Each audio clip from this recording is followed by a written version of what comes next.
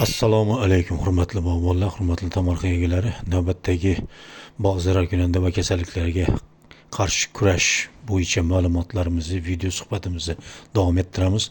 Bugungi video suhbatimizda sizlarga mevali daraxtlardagi un shudring kasalligi. Bu kasallik ham zamburug'li kasalliklar bo'lib, asosan namgarchilikda keng tarqaladigan kasalliklardan barcha turdagi mevalarning oldiniga kurtaklarini va gul kurtaklarini, gul shodalarini, keyinchalik yosh g'o'ra mevalarini ko'p zararlaydi.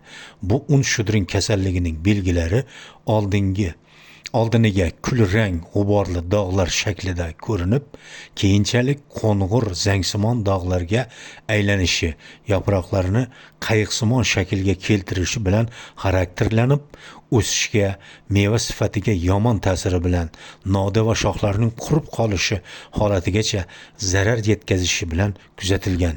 Bu kasallikka qarshi kurash ham tizimli ravishda olib borilsa, ya'ni kuz oyidan boshlab kurash choralari oldingi suhbatlarimizdagidek bayon qilganimizdek tozalash ishlarini vaqtida bajarilsa, profilaktik tartibda ishqorli moyli preparatlardan kuz-qish mavsumida ishlatilsa va fungitsidlarni vegetatsiya davrida kasallik boshlangan joylarda navbati bilan, ya'ni boshqa turdagi fungitsidlar bilan almashtirib sepish tavsiya qilinadi.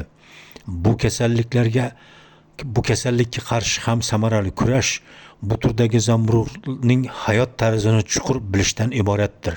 Aziz bog'bonlar, bog' zarar kunanda va kasalliklarini o'rganish va tizimli ularga qarshi kurashish bu hosilingizning garovidir. Salomat bo'ling, bog' eking, yaxshidan bog' qolur.